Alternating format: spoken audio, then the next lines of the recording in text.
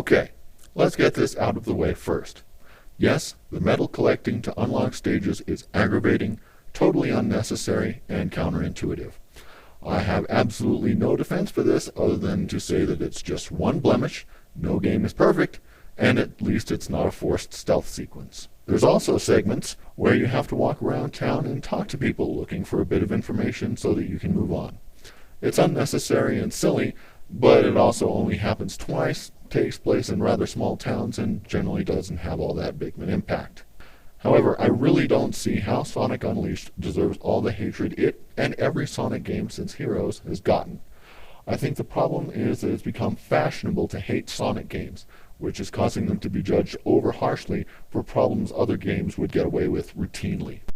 The review supplement on The Escapist, for the 5 people on Earth who watch anything at The Escapist besides zero punctuation, is a prime example. It charges that Werehog Sonic moves ponderously slowly and that his beat-em-up sections are uninspired. They show footage of him walking through town and bashing some small enemies together. Yeah, he really does move that slow, unless you push the thumbstick all the way forward instead of just halfway. Also, if you hold down either of the triggers, he'll get down all fours and dash forward. He's not as fast as regular Sonic, but he's about the same speed as Mario in Super Mario Galaxy. For their combat footage, they just grab 2 enemies and mash them together by wailing on the B button continuously. Try that on any level past the first one and watch what happens to you. It reminds me of those infomercials for automatic pasta cookers, where they depict the old-fashioned way of making pasta as a person with the manual dexterity of an orangutan trying to pour pasta into a colander from like 5 feet up. Of course the game looks crappy when you show the first level and then determinedly suck at it. Many reviews also like to bash the story in Sonic games. I really don't think the story or voice acting were that bad. It's basically just the usual shonen anime formula, which has been shown over and over to be wildly successful. If you don't like that sort of thing, that's fine, but it's not the case of a crappy story so much as a story formula some reviewers don't like.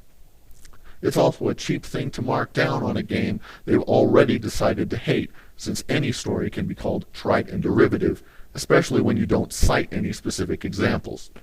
But really, the cutscenes are skippable, and the in-gameplay dialogue is minimal. If you don't like it, press start and get on with your life. And yeah, the game is hard. It's unfairly hard in some parts. That's kind of the point. It's the same reason we like Mega Man 9. When you finally do manage to push past whatever was giving you fits, either by memorization or by luck, you feel like a badass. That's the point.